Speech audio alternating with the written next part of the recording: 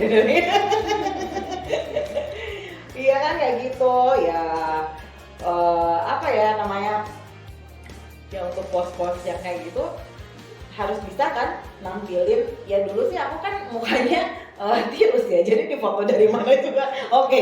Kalau sekarang kan aku harus menampilkan mana sih yang bisa ngeliatin bahwa tulang pipi aku kelihatan dan muka aku nggak kelihatan tembem. Nah susah itu. Sekarang mau bermimpi ya kalau kayak gitu. Kalau dulu makan aku mau dari mana juga udah oke lah ya.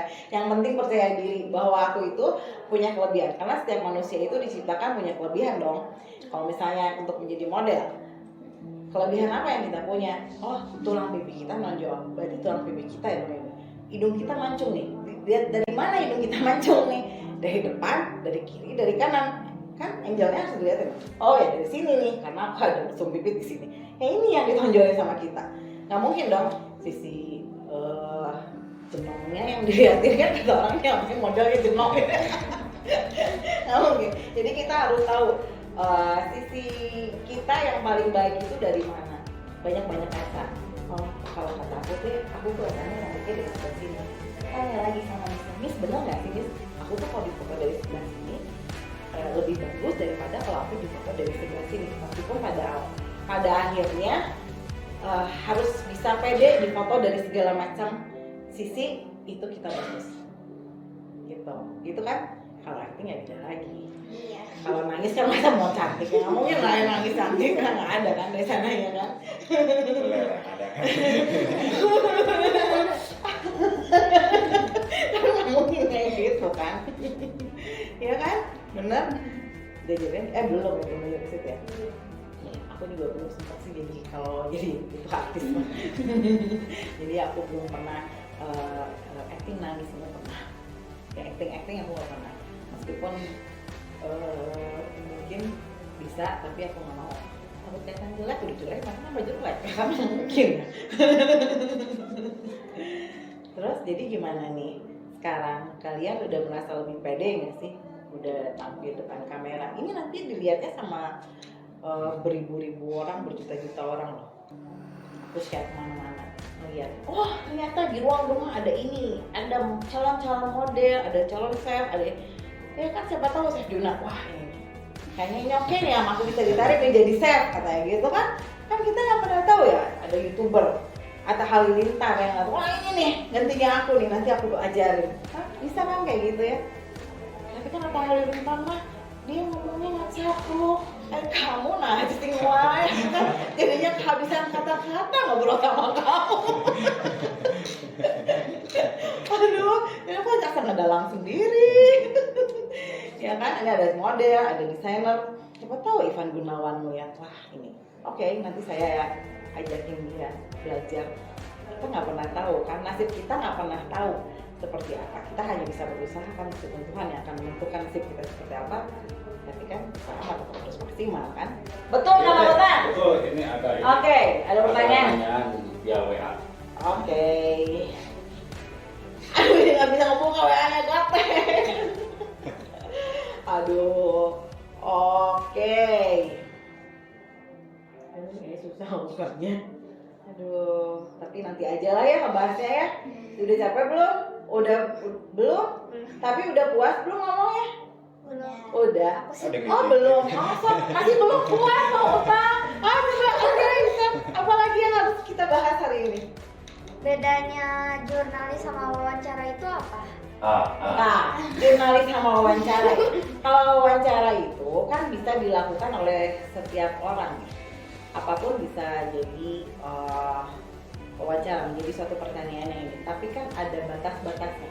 Ada kalau wawancara itu hanya sekedar pertanyaan-pertanyaan umum yang bisa dikonsumsi untuk diri sendiri ataupun oleh publik, tapi tidak semua. Untuk jurnalis kita punya kebebasan pers dan diatur oleh undang-undang bahwa kita itu boleh bertanya apapun dan dilindungi oleh undang-undang. Apapun yang kita tahu, apapun yang kita perlu tahu dan perlu masyarakat tahu, kita boleh tahu. Dan mereka harus bisa menjawab, harus mau menjawab. Karena itu adalah suatu hal yang harus di-share, dibagikan kepada masyarakat supaya masyarakat tahu. gitu. Kalau wawancara kan saya bisa aja wawancara yang biasanya gini kan, tanpa harus mengorek-ngorek hal-hal yang penting yang sebenarnya rahasia dan tidak bisa dibilang. Tapi kalau misalnya jurnalis, mereka dilindungi, mereka bisa untuk bertanya, untuk wartawan mereka bisa untuk bertanya. Aku mau tanya lagi tante. Aduh, apa pertanyaannya? Apa? Kalau jurnalis menulis buku gak? Bisa juga menulis buku. Kalau menulis itu siapapun boleh bisa menulis, apapun bisa ditulis. Kamu mau menulis boleh, seorang jurnalis pun boleh. Mereka bebas akan menulis apapun, nggak cuma berita kan. Kalau untuk menjadi seorang penulis itu mereka tuh nggak usah nulis. Untuk seorang jurnalis itu bebas, dia mau nulis berita, mau nulis apapun, apa yang dilihat, apa yang bisa dibiografikan. Misalnya aku tahu tentang Miss Luni, gitu kan. Pertanyaan tentang Miss Luni apa segala macam, mungkin tulisannya dalam bentuk buku itu boleh, bisa. Jadi kalau misalnya untuk menjadi seorang penulis itu nggak perlu tahu itu siapa dan apa ya pekerjaannya, mereka bebas menulis, gitu kan. Jadi kamu juga sebagai desainer bisa menulis, kamu coba tulis tentang desain kamu ini apa itu bisa, gitu. Mau tanya lagi? Boleh. Kamu pertanyaannya berapa lembar folio ya? Boleh. Apa ya? Sebentar. Ya, apa sih? Kalau tujuan dari jurnalis itu apa tante? Jurnalis itu kan adalah seorang seorang jurnalis. Mereka itu harus bisa mempublikasikan atau bisa membagikan berita yang bisa dikonsumsi oleh masyarakat. Jadi apapun beritanya itu bisa dikonsumsi masyarakat secara baik dan benar. Jadi nggak hoax. Jadi kan kita nggak bisa ngeberitain hal-hal yang hoax ya atau bohong. Berita bohong itu nggak boleh disebar. Jadi kita harus tahu dulu, harus klarifikasi dulu sama orang yang konfirmasi dulu apakah ini layak untuk ditayangkan atau tidak, diklarifikasi apakah ini benar atau tidak, baru akan kita beritakan sama orang kalau berita itu benar. Kalau kita menyebarkan berita bohong kan itu bukan jurnalis.